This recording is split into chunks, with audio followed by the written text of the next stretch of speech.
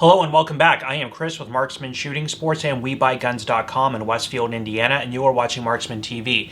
Today we're going to be doing a tabletop review and comparison of the new Springfield SA-35 and an original Browning FN high power. This one made in 1982. This is not one of the sort of the remakes that they're coming out with. Now in this video we're going to start with a quick unboxing of the SA-35 and then move through a point-by-point comparison of the two. So if you're thinking of trying to make a decision between which one you want to add to your collection, or maybe you have an original high power and you're thinking about getting an SA-35 as well, you'll have an idea of some of the differences between the two to base your decision off of. So with all of that out of the way, let's go ahead and jump into it now.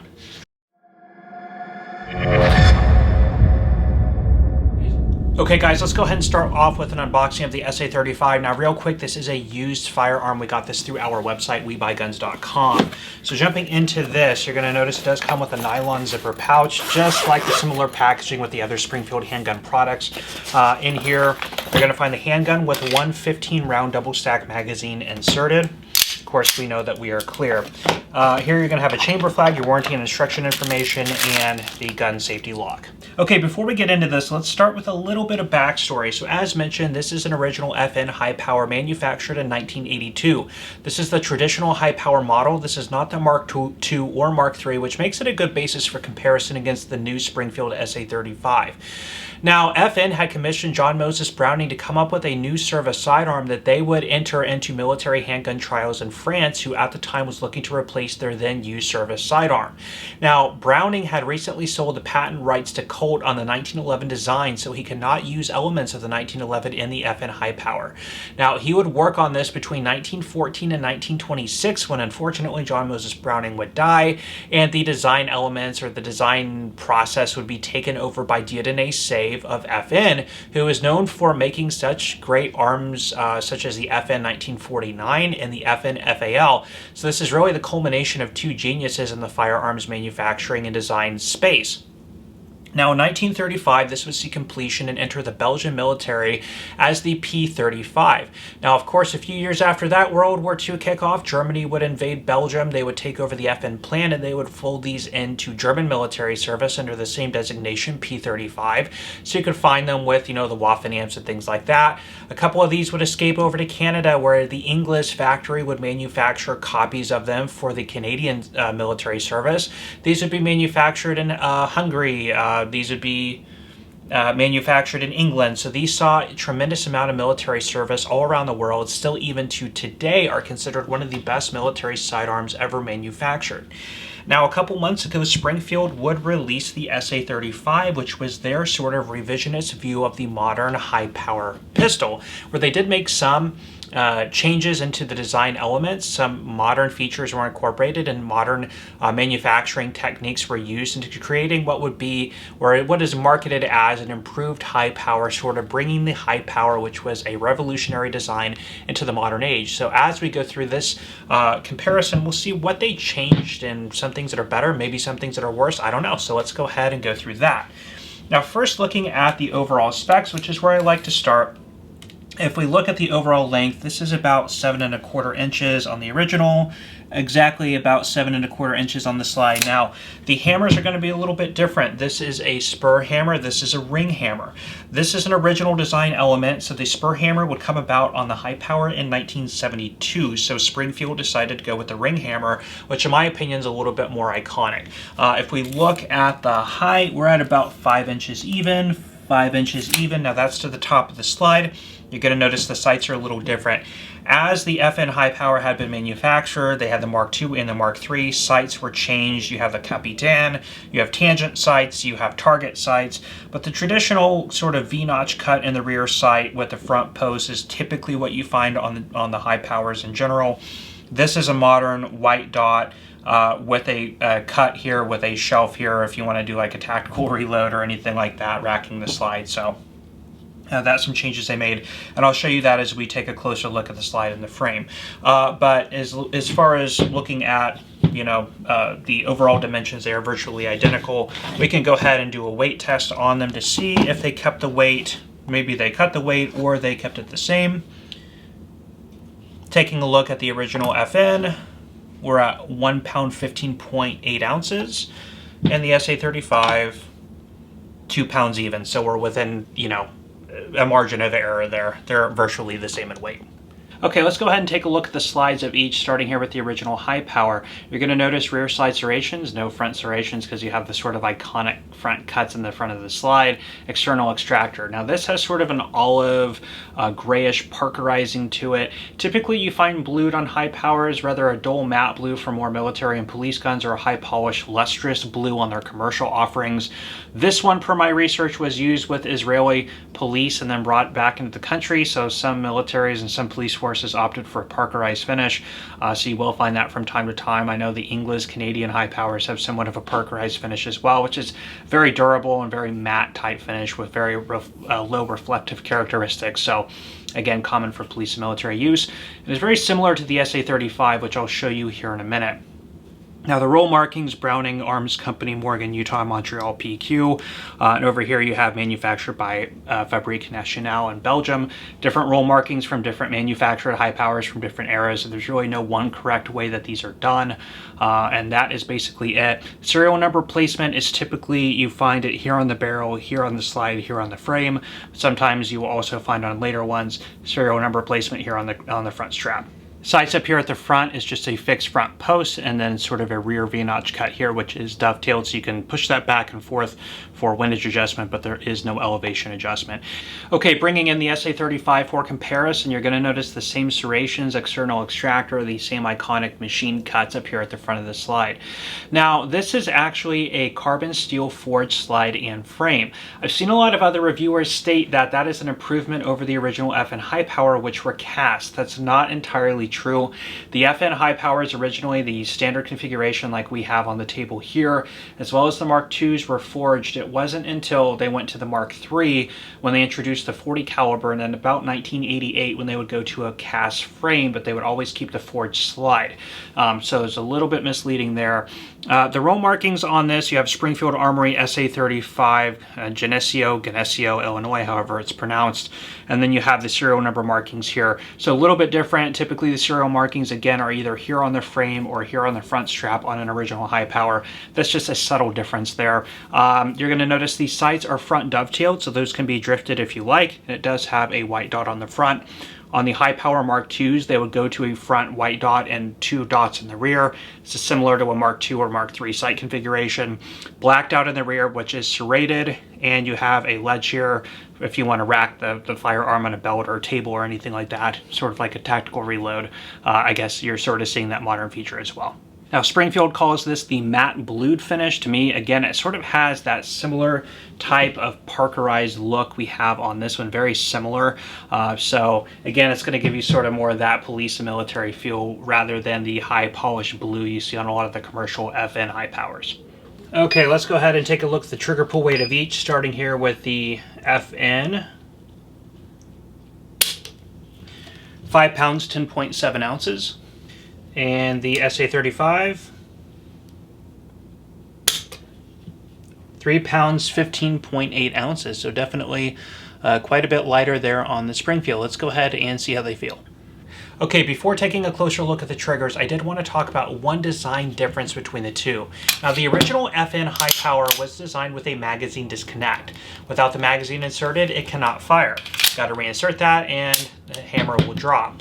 Now on Springfield, the SA-35, they decided to delete that feature. It is one feature that a lot of people kind of complained about with the original FN design. So again, the magazine is not inserted and the hammer can definitely drop. I have seen a lot of people take original FN high powers and disengage the magazine disconnect, so that can be done if that's a feature you don't like, but a lot of people definitely like the fact that that is not incorporated in the new SA-35. Now let's go ahead and take a closer look at the triggers.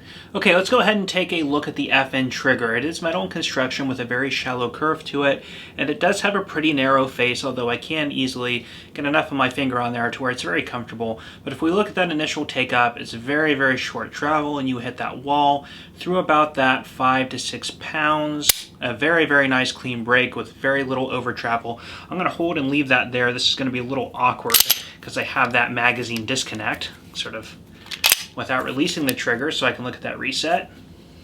Okay, let's look at the reset here. Travel, pretty good amount of travel right there. This one has a pretty quiet reset on it, but right there was the reset. You may have heard that little click, and then into a nice clean break. Okay, let's go ahead and take a look at the SA-35 trigger. It's fully metal in construction as well. It has a very shallow curve to it and a very narrow face. Feels identical to the FN trigger, probably is the same part. But you have a little bit of take up there, just like on the FN. You hit that wall. There's a little bit of creep there. I don't know if you guys just saw that. There's a little bit of crunchiness in there, but into a nice clean break. Take a look at the reset. Travel, travel, travel. Right there is the reset. Felt a little bit longer on the travel. There's a little bit of take up there, a little bit of crunchiness that I did not feel on the FN. Into a break. So even though this is definitely lighter, the FN trigger feels a little bit smoother with a little less travel on it on the reset. But again, that one could have just been honed in or worked on at some point in time. I have felt original FN triggers that were worse feeling than you know, both of these. But if I had to pick between the two, the 1982 FN, I like just a little bit more. But I mean, like 51% on that, 49% on this. It's very close. Okay, let's go ahead and jump into disassembly, starting here with the original FN. I'm going to go ahead and remove the magazine and check that I am clear. Now, I'm going to lock the slide open on its hold open notch using this safety to hold it open here. Now, I'm going to push up the slide release and the cross pin, disassembly pin here, whatever you want to call it. That'll come out, then very carefully take the safety out of that disassembly notch and let the slide come forward. Here is your guide rod and spring. Barrel pops right out, and that is field stripped. Now, bringing in the SA-35, the process is going to be very much the same. We will move that into its disassembly notch, and then from there I can take out the slide release and cross disassembly pin, take the safety off, and those come right apart from each other. Take out the guide rod and mainspring, which there's definitely a lot more tension there. It looks like the spring is maybe just a little bit longer. Take out the barrel, and that is field stripped. Now, I know I'm going to get questions about interchangeability.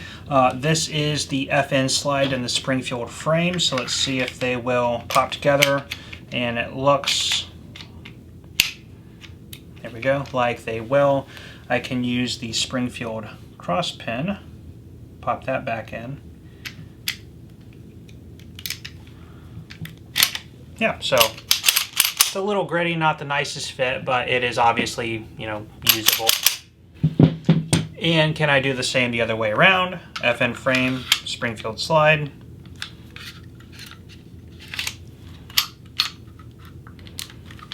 Let's see, I'll use the FN cross pin this time.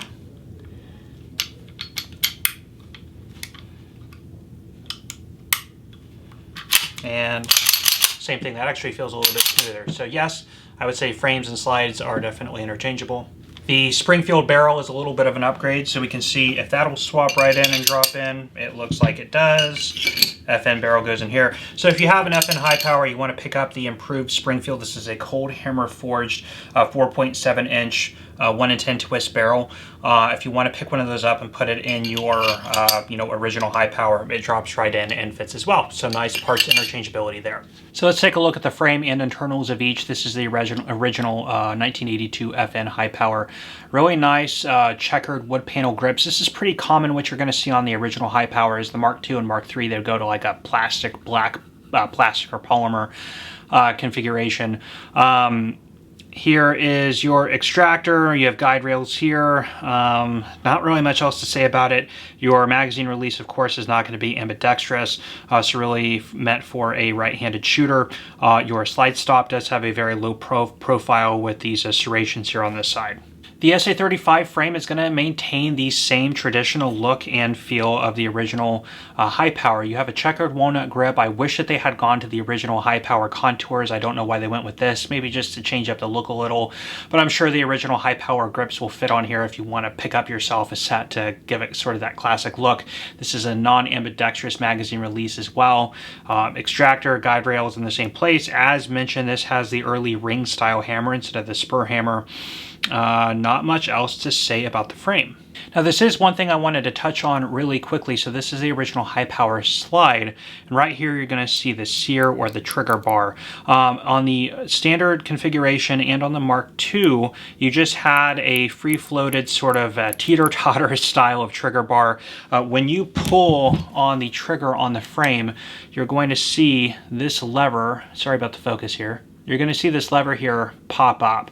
What that's doing is hitting this bar inside the frame, which pushes up this little ledge here that I'm pointing to right by my finger, which then, and I'm actually toggling between both guns here, hits this bar on the frame, which drops the hammer.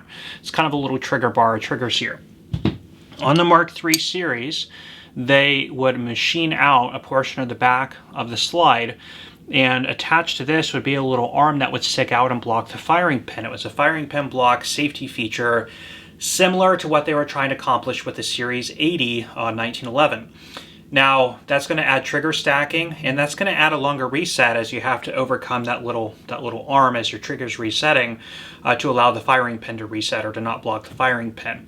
Now, Springfield, on their design, decided to stick exactly, if I can get that to focus, with the original design elements of the original high power. They didn't mill that out, they didn't add that little arm.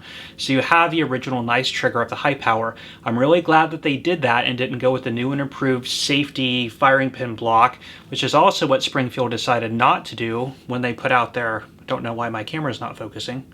When they put out their 1911 series, they did not go with the Series 80 safety plunger.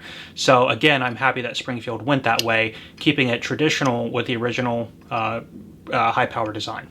Okay, let's wrap this up with some takeaways on this video.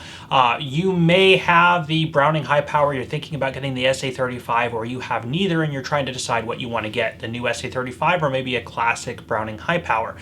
Now, the question to ask yourself is, what kind of buyer are you? Are you really intending to purchase this as a collectible, or are you looking for something that's going to be mainly a range shooter, and you want something that's going to maximize your performance and experience at the range? Or you want something that's going to be a family heirloom, a collectible you can hand down to your family members, because I think that's going to be the main divergence or the main difference in who is going to want which model. First of all, let's take a look at the price. The SA-35 has an MSRP of about $700, which means when the market cools down, typically firearms do not even sell at MSRP, which means you probably will at some point in the future be able to pick these up around the $600 to $700 range new, maybe the $500 to $600 range used, when they are more prevalent and available on the market and things start coming back a little bit more in terms of supply. As of right now, though, the price is pretty high. Used, I'm seeing them sell for about $1,000, and new between about $1,200 and $1,500. Now, if we look at that price comparison versus the high powers, something like this, and actually this was one that was in our store. It actually now belongs to Randy. We sold this one for $800. So you're looking at an original 1982 FN manufactured in excellent condition for less used than the SA-35. Now, if we're looking at pure performance, there are a lot of advantages on the SA-35 to a lot of people that are more valuable than this. But if we're looking at, okay, this is $800 and maybe when these settle down a little bit, this will be $600, then they become, in my opinion, a much more comparable option. But as for right now, because these are harder to find, the prices are a little bit tough, a little bit high, and for the same money, I personally would go, I can't say what I would recommend, but I personally would go with an original FN because I like that collectability aspect. I like the history of them, the original FN manufactured, produced, and designed firearms. It goes for me. But if we look at the design elements, first thing we notice is there is no magazine disconnect on here, which a lot of people like. Now, if you have an FN or you're going to pick up an FN and it's really important to you to not have the disconnect, there are tons of videos that explain how to remove that. It's not easy to do, but it can be done without really any type of permanent damage or modification to the firearm, so that can be overlooked. The next thing is the SA-35 comes with one 15-round double stack magazine. The original capacity on the high power was 13 13. Now, a cool thing about that is if you like original magazines, especially the later ones with the spring-assisted ejector rod or ejector spring down here, those actually fully interchange, so you can pop that in there. You can get the 15-round magazines from Springfield and use them on your modern high power. So again, capacity, you can't say this is inherently a 15-round and this is inherently a 13-round. All you would need to do to get this up to 15-round is just purchase some of these Springfield 15-round magazines. So there's that for you. Other design elements are exactly the same. The weight is the same, the size dimensions are the same, the finish on these two is virtually the same. Triggers, yes, this is lighter, but I think this is a little bit smoother. You could get an original high power and do a trigger tune-up, a trigger job on it, and get it as good or nicer than the Springfield. So I would say the number one element that would make this better, and again the barrel too, the barrel's a little bit nicer on the newer manufacturer one, I'll give it that. But the number one thing that would make this a killer on the market would be if they can, you know, once they get to the point where these are selling new for $600 to $700, that's when I think a lot of people will be buying these over the original FNs, making these more collectors and these more of a more practical use, you know, take them to the range, run the fire out of them, have a lot of fun. There's sort of that element here, but until that price comes down, still, I would recommend just going with a classic original FN and doing the modifications you want to do to it to get it in lane with sort of this, which is how it comes out of the box. So depending on where you want to go, those are sort of the differences and my takeaway on these two really nice handguns. Well, that is all the time I have for you today on these. Thank you so much for stopping by and checking out this video. If you enjoyed, please let me know by hitting the like button. Please also consider subscribing to my channel and hit that bell notification button so you are aware when I am posting new content. I'm going to leave you guys off with that. I am Chris with Marksman Shooting Sports and WeBuyGuns.com in Westfield, Indiana. You are watching Marksman TV, and I will see you next time.